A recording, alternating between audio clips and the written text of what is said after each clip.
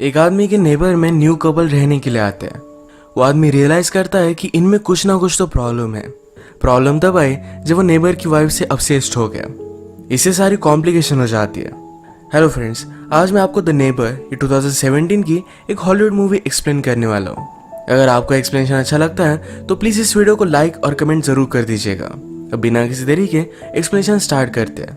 Movie start होती है और हम हमारे मेन कैरेक्टर माइक को देखते हैं। माइक घर में ही एज अ फ्रीलांसर का काम करता है। उसकी wife as a teacher job करती है। उसने एक दिन खिड़की से देखा कि उसके पास के हाउस में कुछ नए नेबर्स आए हुए हैं। ये एक कपल था जिसमें वाइफ का नाम है जेना और हस्बैंड का नाम है स्कॉट। वो इन्हें वेलकम करने के लिए गया। स्कॉट उससे बात करता है।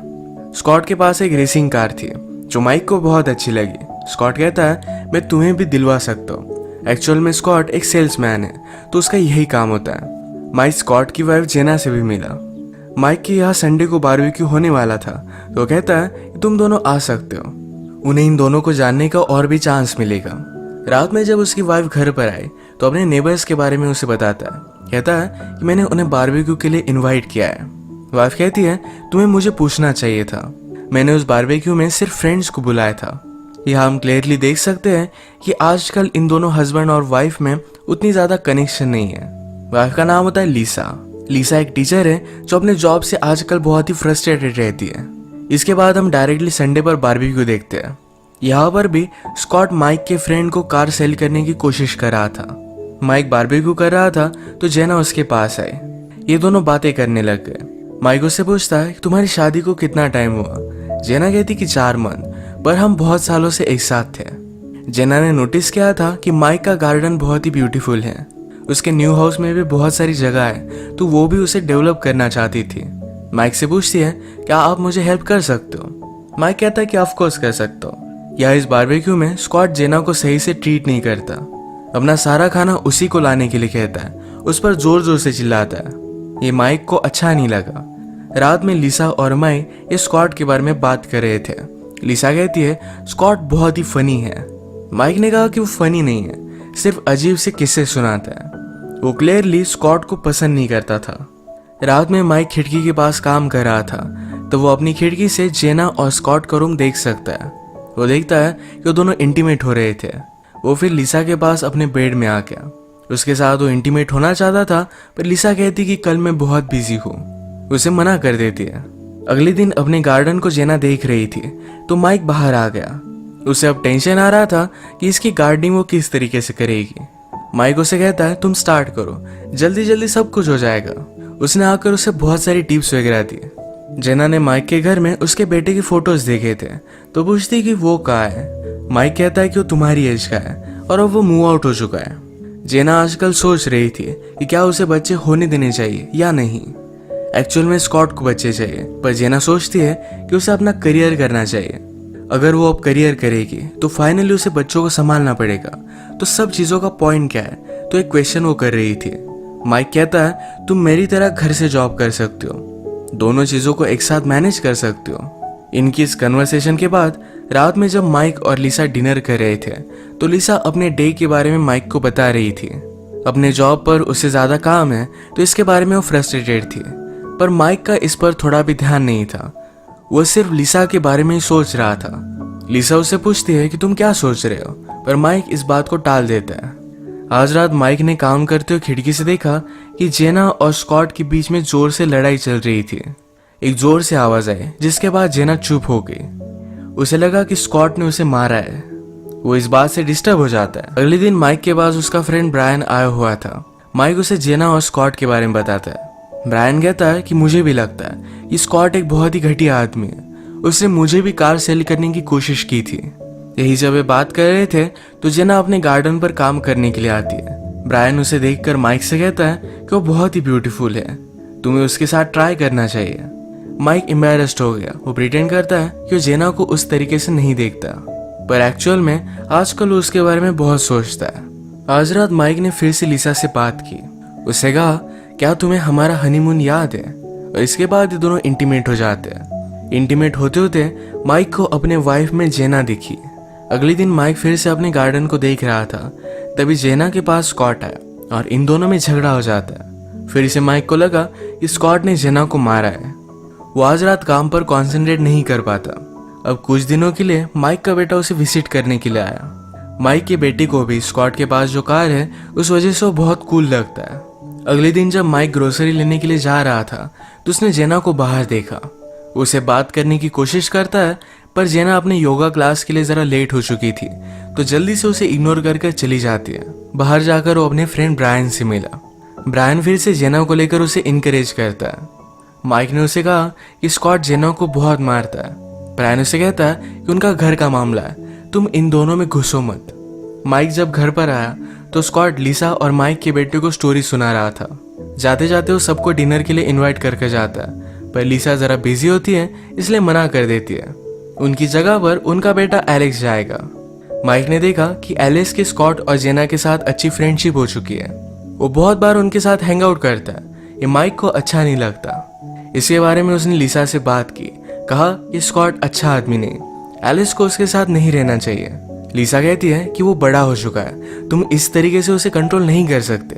माइक को जेना से बात करनी थी तो हमेशा उस पर वो नजर रखता था। एक दिन जब वो ट्रैश निकालने के लिए गए तो माइक भी उसके पास आता है। कहता है मैंने तुम दोनों को फाइट करता देखा था। जेना कहती कि इतनी ज्यादा कुछ भी सीरियस बात नहीं है, स्कॉट सिर्फ कभी कभी ज्यादा पी लेता है तो इस वजह से उसका कंट्रोल चला जाता है। जेना ने कहा कि ज्यादा वरी मत करो, सब कुछ ठीक है। स्कॉट फिर से जेना पर घर के अंदर से चिल्लाया कि जल्दी घर में आ जाओ। एक दिन माइक और जेना अपने गार्डन के लिए प्लांट्स लेने के लिए गए। बात करते करते माइक अपने यंग एज की स्टोरी उसे सुनाता है कि क्या क्या वो स्मोक करता था। जेना कहती कि मैं भी स्मोक करती हूँ पर सिर्फ कभी कभी। ये दोनों फिर जेना के घर पर पॉट स्मोक करने लग गए। अब स्मोक करने के बाद जेना सब कुछ सच सच बताती है। कहती है स्कॉट का हमेशा एंगर का प्रॉब्लम था, पहले कम था पर आजकल बहुत ज्यादा बढ़ चुका है। वो हमेशा से एग्रेसिव रहा है। वो आजकल डिसाइड नहीं कर पा रही स्कॉट को बच्चे चाहिए और जेना आज तक कंफ्यूज्ड है। उसे लगता है कि स्कॉट के साथ शादी करना एक गलती थी। माइक कहता है कि अगर तुम्हें ऐसा लगता है तो तुम्हें बच्चे नहीं होने देने चाहिए। जेना को अच्छा लगा कि माइक उसे समझ सकता है और उसने माइक को गले लगा लिया। ये दोनों फिर किस कर लेते हैं। आज रात जब माइक और लिसा बात कर रहे थे तो लिसा कहती है कि मैं सोच रही हूँ कि मैं भी योगा लेसन पर जाऊँ, जेना मुझे उसके साथ लेकर जा सकती है। माइक को यह आइडिया अच्छा नहीं लगता कि एक साथ जेना और लिसा ये दोनों योगा क्लास पर जाए। लिसा को ये बात अजीब लगी। वो कहती है कि जेना यंग है, ब्यूटीफुल भी है, क्या तुम उसे लाइक करते हो? माइक ने कहा कि ऐसा कुछ भी नहीं है। लिसा ने बहुत ही सिली बात कही, इस तरीके से वो प्रिटेंड करता है। एक दिन माइक ने जेना और स्कॉट की बहुत बड़ी फाइट सुनी।